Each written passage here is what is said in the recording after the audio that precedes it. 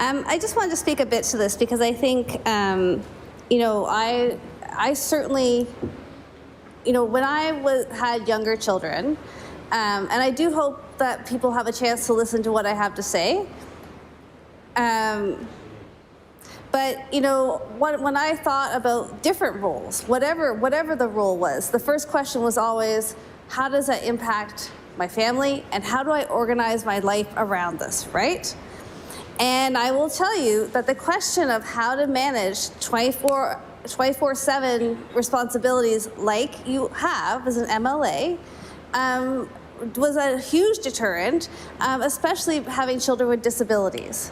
So I'm not asking for, I'm done. I'm out of the business of childcare and like, thank God. But so this is not for me, but I know this was a huge deterrent for myself, and I've constructed my life in a way that actually doesn't match a whole lot of structures that exist in the world. So, so I reject. I have a partner. I reject who can take on childcare. I reject sort of traditional structures, but I have I just know this has been a huge barrier.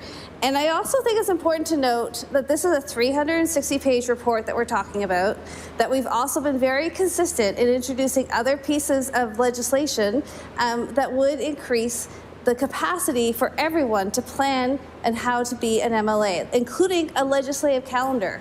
That would be an amazing thing. So whether you're providing childcare or other types of care, you would know when you need to get organized for, and for how many hours. And I think it's also important, this is not the only sector who's ever dealt with this. I mean, the whole question of paying for people's childcare and supporting them, because it's a huge barrier. There are, so I'm going to focus on the world of academia. So at Dalhousie University, where it was part of my job to travel and attend conferences, when I traveled and attended conferences outside of regular business hours, there was a child care fund that I could access, because it was recognized that if you send someone away for an overnight, or you send them away for a day on the weekend, likely their 9 to 5 general child care is not available. There are scholarships and bursaries and other types of support available because academia has traditionally not been friendly to folks who are trying to parent. And so this is not a unique challenge, and I would say that other organizations have also had to consider how to support parents in the workplace.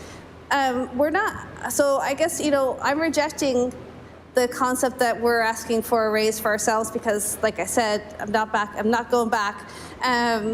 But I also know what a huge barrier how to provide for your family on 24-hour, 7-day-a-week job is, and that this would go a long way to showing openness and support for parents to be able to become legislators. But it's not the only piece. There's 360 pages of recommendations around how to make this place more representative.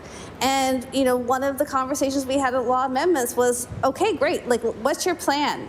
What's your plan for the other pieces? Because I think it raises really important issues. This is not a unique challenge that we have, but a unique role, and we need to consider that. And other institutions are making progress because they consider the diversity, equity, and inclusion needs of their organization and commit to it.